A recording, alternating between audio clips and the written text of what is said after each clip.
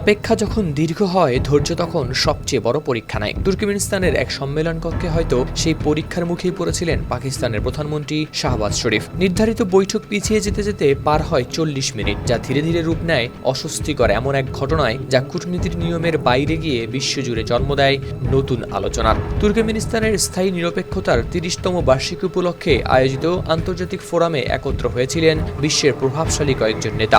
Russia, তুরস্ক ও ইরানের শীর্ষ নেতৃত্বের উপস্থিতিতে চারপাশে ছিল কড়া নিরাপত্তা, নির্ধারিত সূচি আর কূটনৈতিক শালীনতার কঠোর নিয়ম।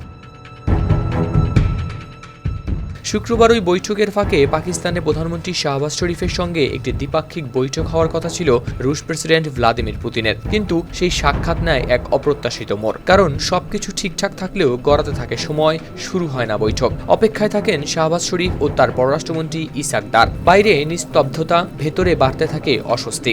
একসময় সেই অপেক্ষা পেরিয়ে যায় 40 মিনিট, আর তখনই ঘটে অপ্রত্যাশিত ঘটনা। রাশিয়ার রাষ্ট্রীয় সংবাদ মাধ্যম RT ইন্ডিয়ার প্রকাশিত ভিডিওতে দেখা যায় নির্ধারিত বৈঠক বিলম্বিত হওয়ায় ধৈর্য হারিয়ে শেষ পর্যন্ত পুতিন এবং তুরস্কের প্রেসিডেন্ট রিসেপ তাইপ এরদোয়ানের মধ্যে চলা একটি রুদ্ধদ্বার বৈঠকে প্রবেশ করেন পাকিস্তানের প্রধানমন্ত্রী শাহবাজ শরীফ, যা স্পষ্টতই অতিক্রম করেছে কূটনৈতিক শিষ্টাচারের সীমারেখা। তবে তাকে ভেতরে যেতে বলা হয়েছিল নাকি নিজে গেছেন সেটি স্পষ্ট নয়। জানা যায় এরপর তিনি সেখানে ছিলেন প্রায় 10 মিনিট, অতঃপর তিনি নীরবে বেরিয়ে যান সেখান থেকে।